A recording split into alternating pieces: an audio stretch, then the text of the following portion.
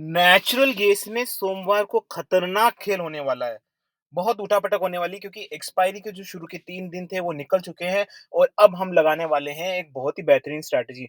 अगर ये वीडियो नहीं देखा तो बाद में हो सकता है आप पछताएँ। फिर मत बोलना कि मैंने आपको बताया नहीं। तो चलिए दोस्तों वीडियो स्टार्ट कर लेते हैं। आज की वीडियो में बात करने वाले हैं कि सोमवार को ऐसा क्या होने वाला है? ऐसा मैंने क्यों लिखा है टैगनाल कि खतरनाक खेल होने वाला है? मतलब बहुत ज़्यादा वोलेटिलिटी रहने वाली है। ऐसा क्यों होने वाला है और क्या होने वाला है? तो सोमवार के लेवल्स के बारे में बात करेंगे। फिर मंडे कौन-कौन सी स्ट्रैटेजीज़ हम यूज़ कर सकते हैं सोमवार को, उसके बारे में बात करेंगे। वीकली एनालिसिस के बारे में बात करेंगे। शॉर्ट टर्म का क्या लेवल्स रहेंगे, वीकली लेवल्स क्या रहेंगे, उसके बारे में डिटेल में बात करेंगे। इंटरनेशनल मार्केट के बारे में बात करेंगे।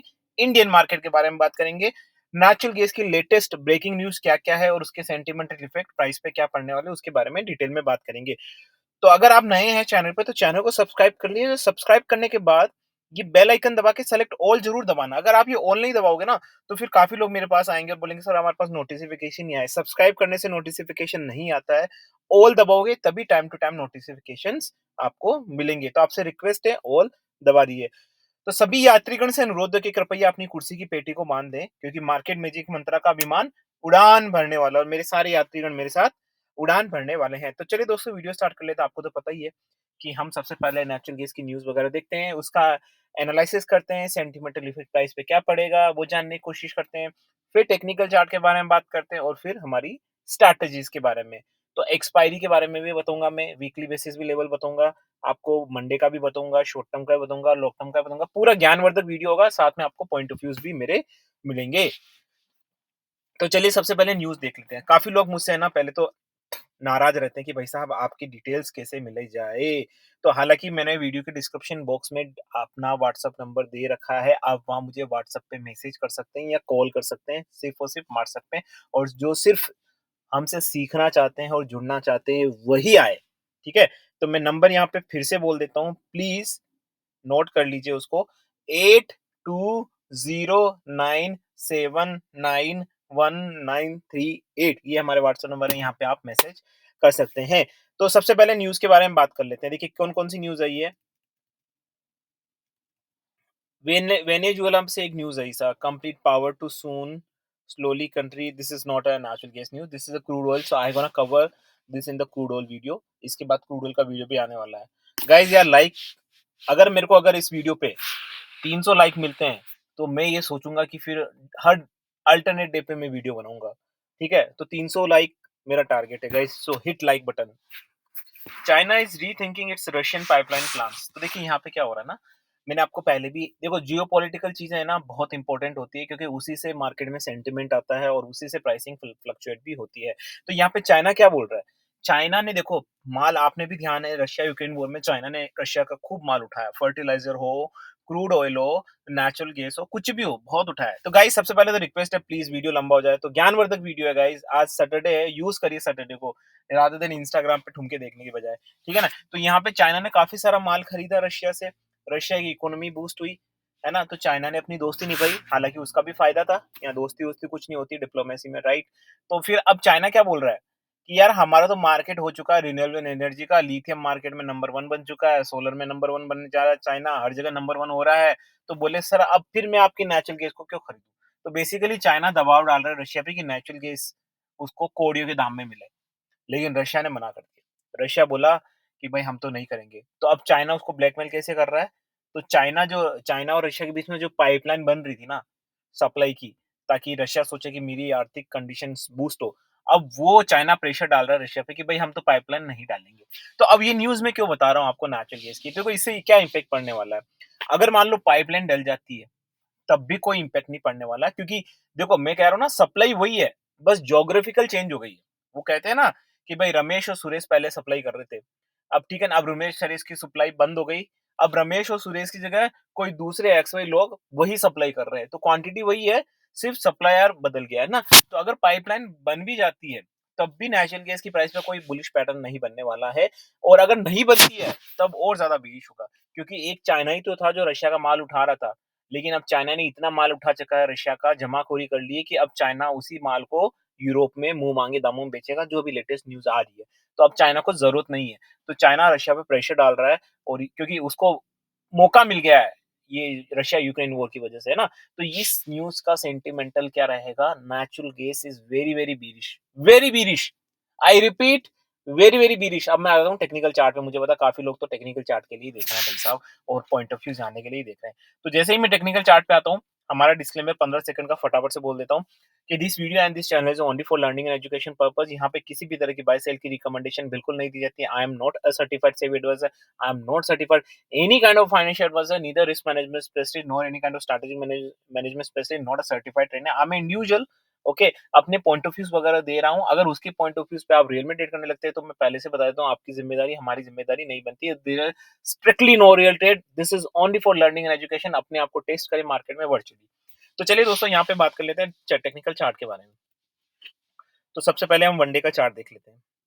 काफी लोग बोलते हैं सर कैंडल स्टिक बता लिया करो। देखो यार, मुझे ना थोड़ा सा ना मतलब मैं यूज्ड टू हो गया हूँ लीनियर चार्ट से, और ये बहुत अच्छी आदत मुझे लगी है कि मैं लीनियर चार्ट से ही पैटर्न मुझे पता लगने लगते हैं, राइट?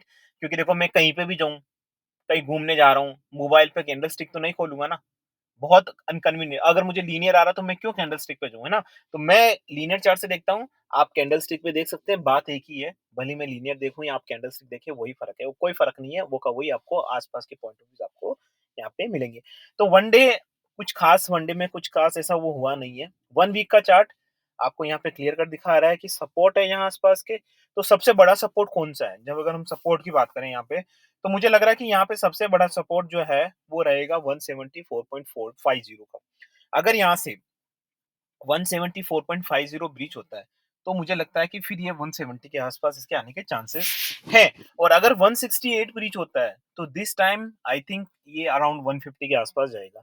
और अगर कोई मुझसे शॉर्ट टर्म के बारे में पूछता है कि सर शॉर्ट टर्म के बारे में बता दीजिए, तो शॉर्ट टर्म के बारे में तो मैं बोल बोल के थक गया हूँ। मैंने पहले भी बोला है, 140, 130 ये शॉर्ट टर्म के हैं। लेकिन गाइस, एक चीज समझने की जरूरत है। जब मैं शॉर्ट टर्म के बारे में बोलता हूँ, तो काफी लोग मुझसे पूछते हैं सर टाइम ड्यूरेशन क्या है आपका? तो देखिए, एक चीज मैं आपको यहाँ बता देता हूँ guys, NG and crude, it's a international market driven phenomena. यहाँ पे बहुत सारी पॉलिटिक्स, बहुत सारी न्यूज, आए दिन हर सेकंड कुछ न कुछ होता रहता है। यहाँ पे किसी भी दिन बैठ के भविष्यवाणी करना कि 10 या 15 दिन में कुछ हो जाएगा, बिल्कुल भी संभव नहीं गाइस। ये दिमाग से हटा लीजिए। हाँ, शॉर्ट टर्म मैंने बोला तो एक रेंज हम दे सकते हैं कि भाई 5 डेज टू 1.5 मंथ आपको ये 130 के आसपास चांसेस है उसके भी, ठीक है ना? बिल्कुल आने के चांसेस हैं। Before going to 200 it will come first to 130 और 140, ऐसा मुझे मेरा मानना है, ठीक है ना? तो अब लेकिन वो किस तरीके से आएगा, वो डेली असेसमेंट के थ्रू ही जाना जा सकता है। अगर मान लो 6 महीने बाद है तो क्या मतलब उस चीज़ का, राइट? ठीक है ना? तो इसीलिए हमेशा हमने एक स्ट्रैटेजी अपनाई है, ठीक है ना? पहले मैं लेवल्स वगैरह बताता हूँ, सोमवार के क्या लेवल्स रहेंगे यहाँ पे। तो देखिए, सोमवार को मुझे ऐसा लगता है कि अगर यहाँ से हाँ, सिंपल सा है, अगर यहाँ से ये 177 के नीचे जाता है, तो आपको 175 के लेवल्स आराम से आते हुए मिलेंगे, ठीक है ना? और मुझे ऐसा लग रहा है, ठीक है ना? मैंने क्यों आज ये थंबनेल में बोला कि भाई बहुत भयंकर होने वाला है, बहुत कुछ होने वाला है, ये हो नो मैं खेल होने वाला है, खतरनाक खेल होने वाला है, ऐसा क्यों बोला मैं? देखो, जब एक्सपायरी खत्म हो रही थी ना दोस्तों, अगस्त की एक्सपायरी, तब हमने हमारे ग्रुप में क्या बोला था, मैं बताता हूँ व्हाट्सएप पे। हमने क्या बोला था भाई, कि भाई ध्यान रखना, जो नई एक्सपायरी आएगी, जो हमारे ग्रुप में, वो कमेंट में लिख सकते हैं, जो नई एक्सपायरी आएगी, है ना? उसमें ये कंसोलिडेशन करेंगे या स्पाइक करेंगे, ये मेरे वर्ड्स थे। अब ये हमारी एक्सपायरी स्ट्रैटेजी के तहत हमने बोला था, और एग्ज़ैक्टली वैसे ही हो रहा है, ठीक है? थोड़ा-सा स्पाइक किया और फिर कंसोलिडेट कर रहा है। ऐसा क्यों हो रहा है? ऐसा मैं आपको डिटेल में नहीं बता सकता। ऐसा मैं आपको पूरा डिटेल में यहाँ पे नहीं बता सकता, ठीक है ना? क्योंकि नहीं तो वीडियो लंबा हो जाएगा, और अटकू-मटकू नीचे लोग कमेंट करेंगे, ठीक है ना? चिंटू, बबली वगैरह कमेंट करेंगे यहाँ पे, ठीक है ना? तो वो मैं नहीं करना चाहता यहाँ पे, ठीक है ना? हाँ, तो वो मैं यहाँ पे नहीं करना चाहता फिलहाल के लिए, ठीक है? तो यहाँ पे फर्दर मैं आपको सिर्फ़ अपनी स्ट्रैटेजीज़ एक हाइलाइट बताऊँगा आपको कि कैसे क्या कर सकते हैं। सिंपल सी चीज़ है, यहाँ पे हमको यही वाली स्ट्रैटेजी लगानी है कि वेरिएशन वेरी हाई है आपको ऊपर की तरफ। बिल्कुल भी मुझे नहीं लगता है कि मुझे देखना चाहिए ऊपर की तरफ, क्योंकि ऑलरेडी बहुत ज़्यादा हाई है यार। ऊपर से क्रूड में आप देख ही रहे हैं, फैट कट वगैरह की मीटिंग होने वाली है अमेरिकन इलेक्शंस के तहत। अगर क्रूड में बीरिश माहौल है तो एनजी में कहाँ से बुलिश माहौल होगा यार? एनजी तो बिल्कुल ही, वैसे भी मैं पहले ही से बोलता हूँ, गार्बेज है। There is no fundamental in NG and all, right? तो यहाँ इंटरनेशनल मार्केट के बारे में बताया तो मैं आपको।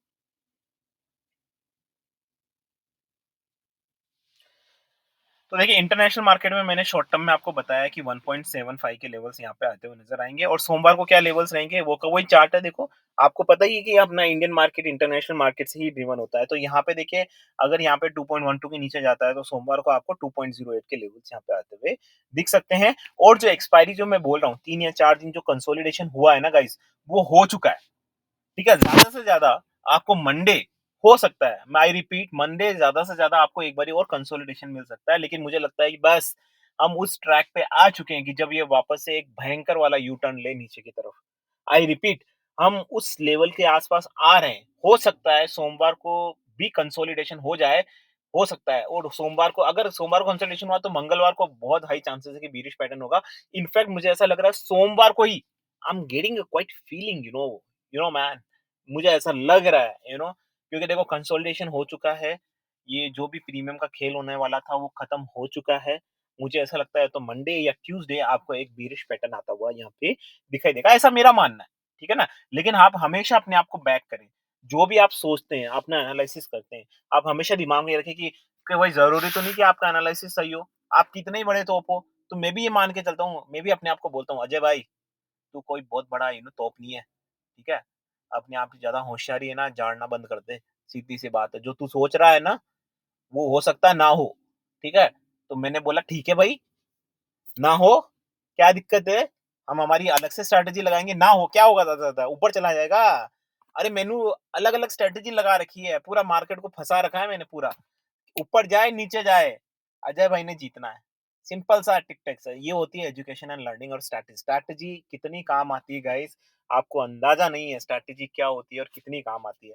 मतलब मैं कई बार बोल चुका हूँ कि बड़ी-बड़ी कॉर्पोरेट इंडस्ट्री में मार्केटिंग स्ट्रैटेजिक स्पेशलिस्ट होते हैं और उनको करोड़ों रुपए दिए जाते हैं। अपनी कम क्योंकि वो उनकी कंपनी की वैल्यूएशन को कंट्रोल करते हैं गाइस। तो मैं यही कह रहा हूँ कि कोई सा भी बिज़नेस हो guys, strategy is a very, very important thing. It's a asset, you know वो आपको पता होना चाहिए। टेक्निकलिटीज़ डेफिनिटली आपको आनी चाहिए, हमेशा आनी चाहिए।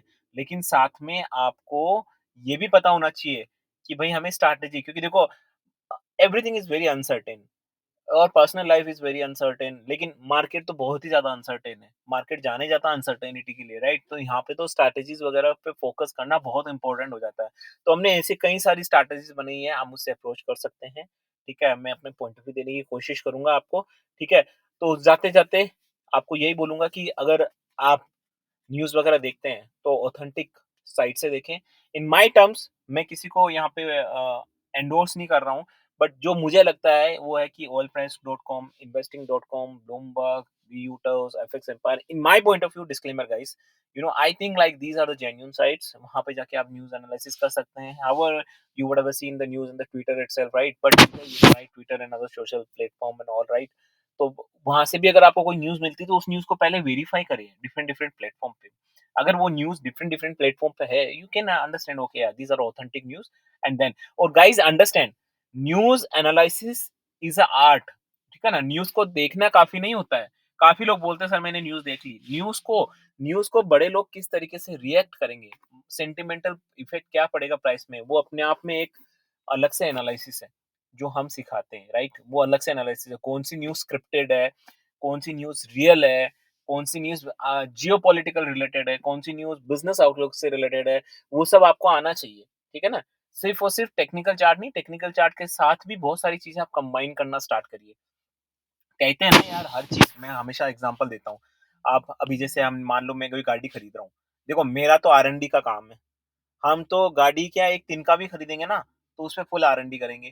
क्यों ना करें? अगर यार आप 15 लाख की गाड़ी खरीदें, मान लो कार खरीद रहे हैं, तो 15 लाख की गाड़ी चलो 15 लाख नहीं, अभी जैसे मार्केट में मान लो मैं लर्निंग एजुकेशन पर्सपेक्टिव से बोल रहा हूँ, मार्केट में किसी ने 2 लाख डाले कमोडिटी में, 3 लाख डाले। मैं बोल रहा हूँ वो 3 लाख की मान लो अल्टो खरीद रहा है सेकंड हैंड या नई कुछ भी मान लीजिए यार, जो भी 3 लाख में आती है ना। अब वो 3 लाख की जब गाड़ी खरीदेगा ना, तब उस गाड़ी में ज़रूर देखेगा यार गाड़ी का इंजन कैसा है भाई साहब।